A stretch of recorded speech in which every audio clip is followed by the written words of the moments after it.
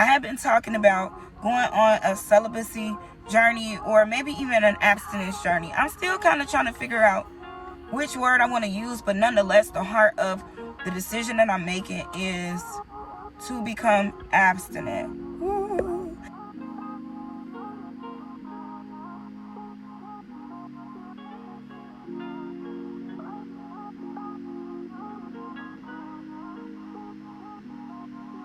What we're going to talk about today is celibacy. On Facebook and just with my community, I have been talking about going on a celibacy journey or maybe even an abstinence journey. I'm still kind of trying to figure out which word I want to use, but nonetheless, the heart of the decision that I'm making is to become abstinent. Woo. I grew up in a faith-based background. I am a preacher's kid. I am a minister's kid, whichever one you want to put it out there. I grew up in church, right? I grew up in the holies of holies of holies of holies. So a lot of, my roots and really my foundation comes from that premise. But this isn't a little churchy video. This isn't one of those videos where I'm going to condemn you and I'm going to judge you. But I just want to kind of share why I am on this journey and what brought me here, okay?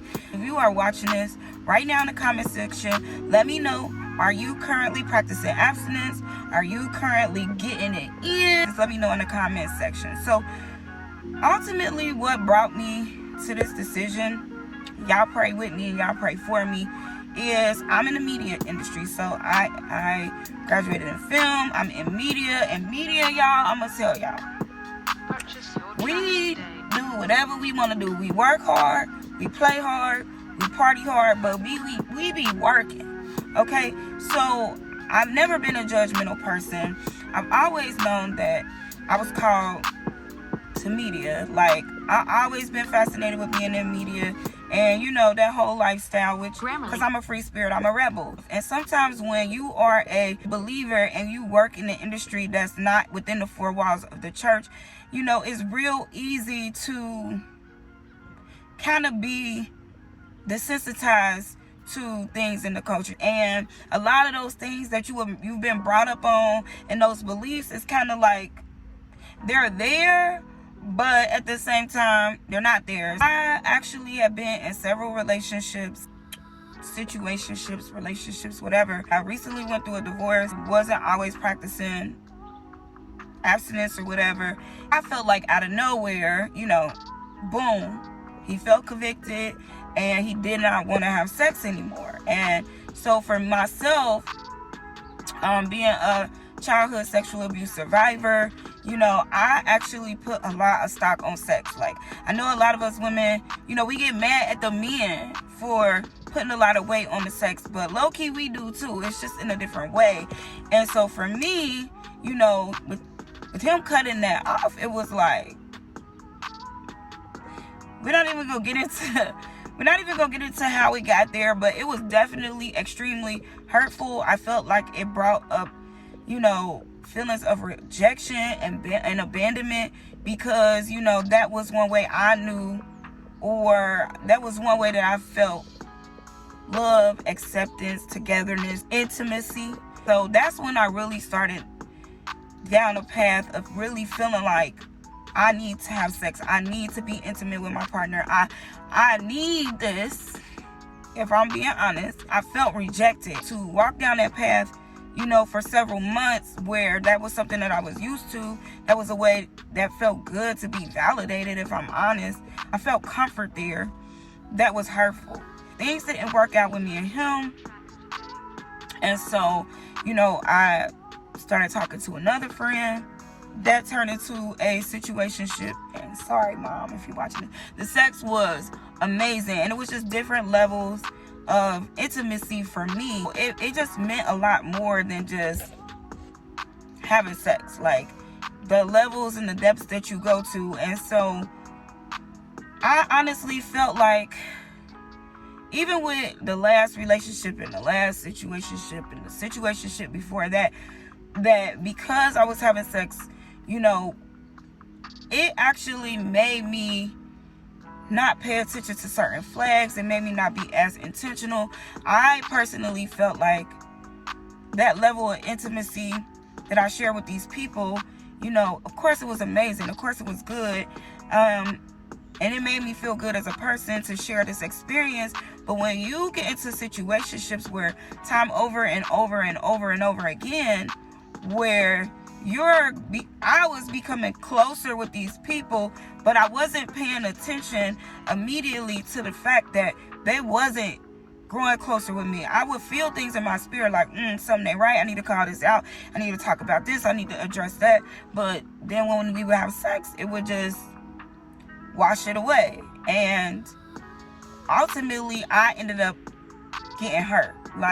And it seemed like I started attracting a lot more men who were like overly sexual. I just began to feel a certain type of way, honestly. I actually was in the middle of kind of growing into a relationship with somebody. I had a friendship. I'm working. I'm doing a lot of things. But I started realizing, these last couple of experiences, even though the act was great, afterwards there was a certain level of emptiness and loneliness that I was experiencing. It wasn't giving what it was supposed to give, right? And I would feel empty, leaving and walking away. I wasn't getting that level of intimacy that I wanted on an emotional level.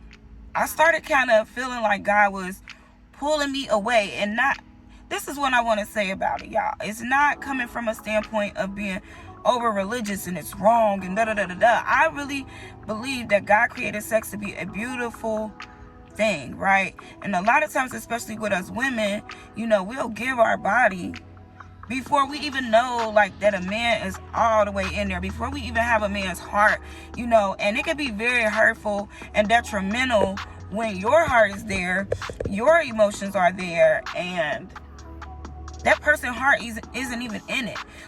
They are enjoying it for the moment, and they are enjoying you for the moment, but they're not growing deeper in a relationship with you. I know in this culture, in this day and age, hookup culture is popular.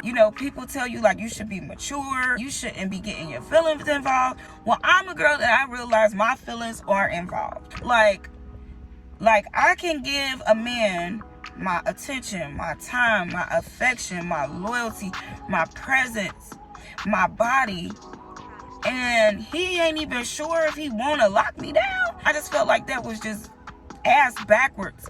And so I got to this place where not only just with abstaining and with intimacy, I felt like God was really showing me that in my situation, even with friendships, with work, it was so many different things that was happening where I realized that I was giving way more than I should have been given. And I was beating myself up oh, I'm doing too much, and oh, I'm this, and it's my fault. But at the end of the day, regardless if you're giving too much or not, if a person keeps taking what you have to offer, then they're just as guilty as you are of not valuing yourself.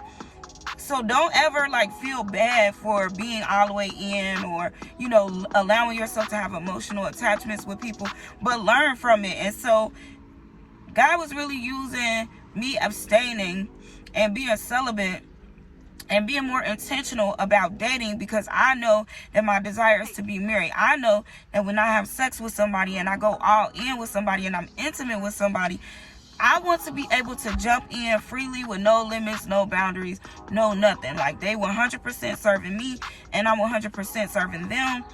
And doing that without guarantee, doing that without that contract, doing that without that person's heart really truly knowing that they're sold on me, really felt backwards.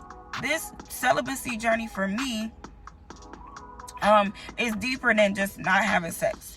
It is deeper than wanting to just get married. It is really taking that time to really honor myself, to really listen to myself, to really write down and be strategic about what I want, about what I desire, about knowing, my value, what I'm bringing to the table, which I already know, but also understanding what is it that people in my life have to bring in order to maintain my presence in their life. I remember one day taking myself on a date. I just was I'm going to take myself on a date. I'm feeling good, just enjoying myself. And I went to the bookstore. And honestly, I don't even know what I was going to the bookstore for, but I was like, let me just go to the bookstore, take myself to Waffle House. Shout out to Waffle House, because they eggs be banging, you hear me? But all of a sudden it had dropped in my heart or in my spirit to look for the book called The Wait. And I'm going to show y'all, it's right here. This is the book right here with Megan Good and Devon Franklin. And I remember, because I am a church girl, but I'm saved and I'm ratchet, I remember how Devon protected his wife, even though people, you know, were coming against her. People were judging her for her lifestyle. She's a media babe as well. And even though he was a minister, he protected her. He covered her. And I seen that video a while ago. I'm going to show y'all the clip in 5, 4, 3, 2, 1. So I wasn't going to come here. I wasn't. But the Lord brought me here to see you. You're beautiful. You are a beautiful young woman, and your testimony is awesome. And the Lord let me come to push past the judgment. Hold up. Okay, because this is real. So we're going to cover up, right? Wait a minute. Wait a minute. Wait a minute. No. No.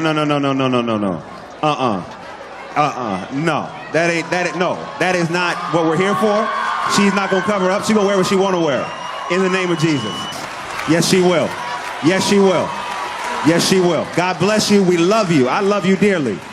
But she has been as Christian as she has been, that she is right now, when she's worn whatever God has what she wanted to wear. So we ain't doing that. No. I love you. Shoot, y'all about to see a whole nother Devon y'all ain't seen. Remember, I am from Oakland now. That's the clip that I'm talking about. And the way that he covered her, y'all, and the way that he protected her and her uniqueness and her being exactly who she is and he being exactly who he was, that really ministered and spoke to my heart. That spirituality is a big thing that matters to me. And not that my spouse has to be on the same level as me, but we got to have a relationship with God, or we ain't doing it right for me and my household, right? God put it on my heart for this book, and I'm like, oh nah, like I kind of don't want to get the book, because now I'm going to be held to a certain level of accountability. I knew I was telling other guys that I was dating, like, yo, hold up, this ain't this ain't that, I don't want to do this, I don't want to do that. Yeah, I may feel the vibes with you, but I want more. And I was meeting a lot of men who wanted to make me feel like I was a girlfriend, wanted to treat me like I was their girlfriend. They wanted to give me everything, but what I ultimately and truly desire was the relationship, which ultimately I want the ring. I want to build. I want to grow.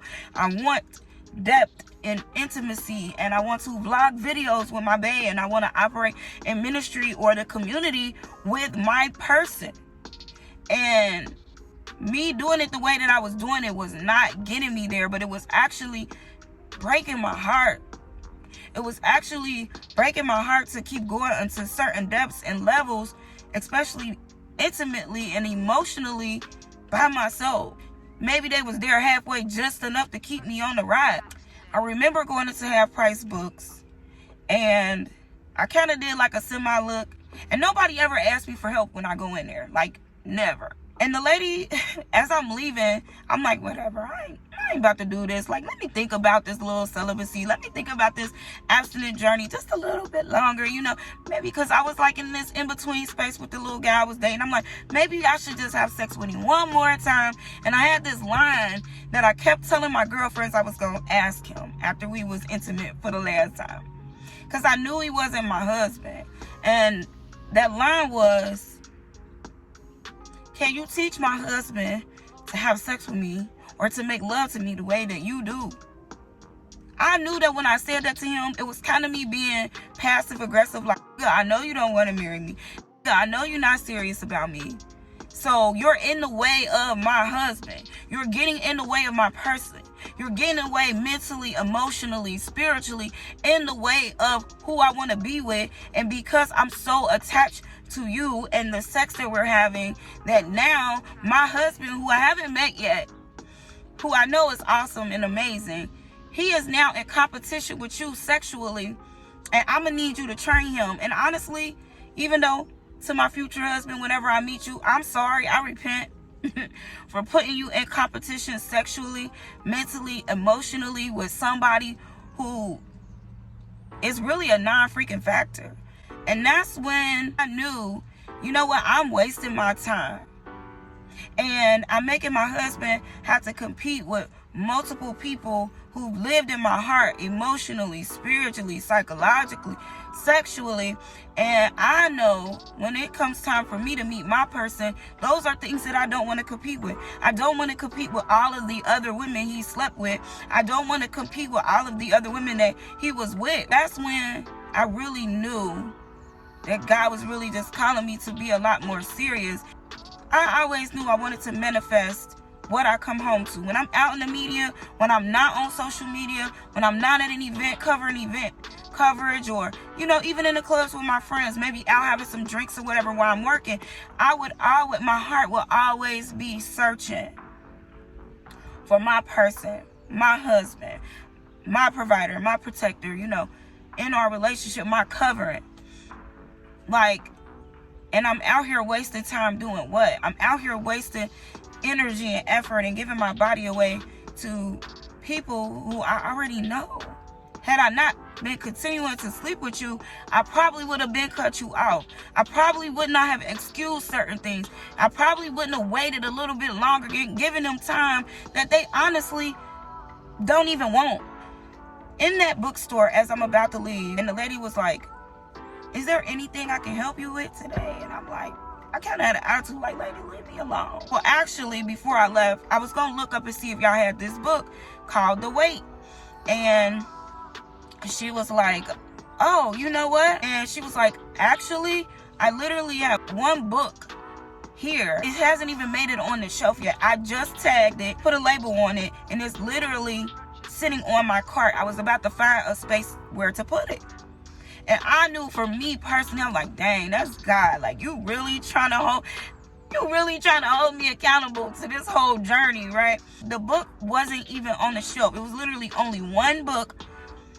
And she was like, "I feel like this is your book. This book was just waiting for you." And I was like, y'all, I really had an attitude. So sometimes I really honestly feel when God is calling you to something, you feel it in your spirit.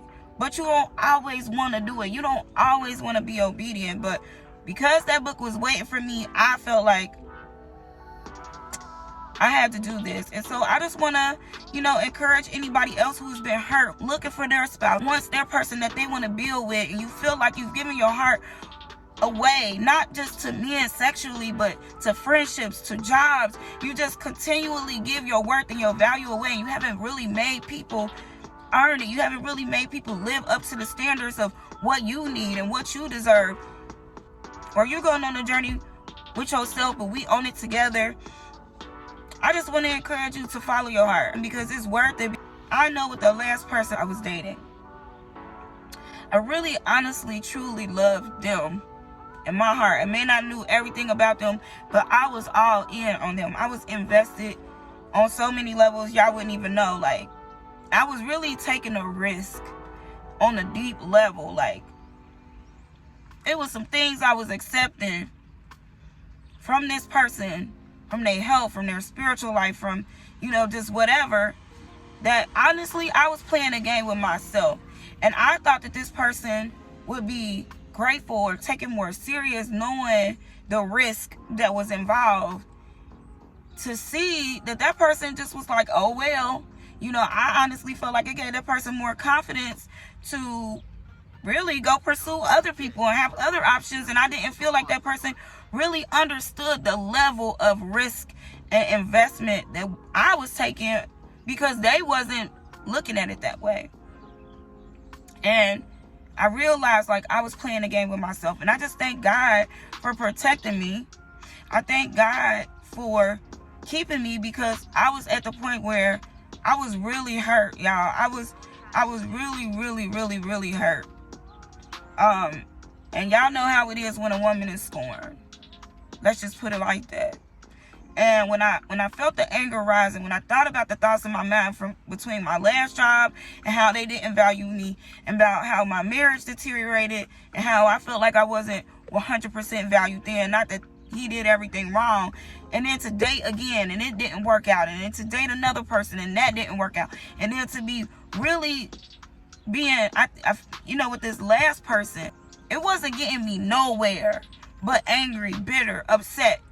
And I really felt like God was just using me pulling back to really say, you got to be more responsible with your heart, with your body, your time. And what I realized that sex was for me was really me needing to heal, my wounds of rejection, of abandonment. Realizing that it wasn't the sex that I was craving. It was the intimacy, the love, being chosen, me being somebody's everything. Even if it was just for a moment. Me having it for just a moment was not good enough. As I'm going on this journey, I'm going to update y'all. But I just want to ask you, where's the areas of your life, where you have really given more than you should have been given without the contracts or without the, respect to yourself, without the obligation, because there is no benefits without responsibility. And a lot of times, especially as women, we are giving out so many benefits. We give way too much, way too soon, way too fast. Take time to write down your goals. Take time to date yourself. Take time, even if you're dating somebody, be honest, be vocal, be upfront. Let people know, your dating journey. For those of us who are dating, let people know ahead of time what you're doing. Don't hide it. Don't be afraid of it. Let people know what it is that you want and stick to your boundaries. And if you want it for 6 months, you want it for 6 months. I'm not going to tell you how your journey needs to look. But what I am saying is during that time, be strategic. Let people know what sex means to you, what your deal breakers are, what you're going to deal with, what you're not going to deal with. Like, really take this time, not just about sex, but even with people. What is it that you need? What is your love language? Go deeper and not look at it as just you're abstaining from sex. What is it that I want to manifest? What is it that I want to draw in my relationships, in my job, in my career, in my love life? It's your girl Mogalicious with Mogalicious TV, where I am giving you ladies the advice that y'all need from the bedroom to the bank account, okay? Because we are so much more. When we're the CEO of our life and our happiness and our financial independence, we have so much more power that we just give away and we take for granted.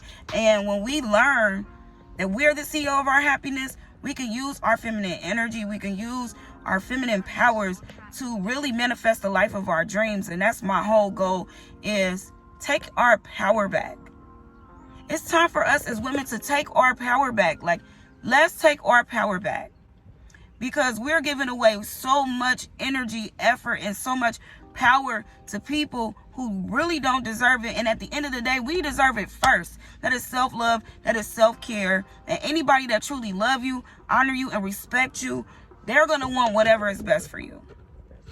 I also am an image consultant, a brand strategist, and our brand is bigger than just a business. It's our personal brand, and our personal brand actually attracts what comes into our life and what we repel.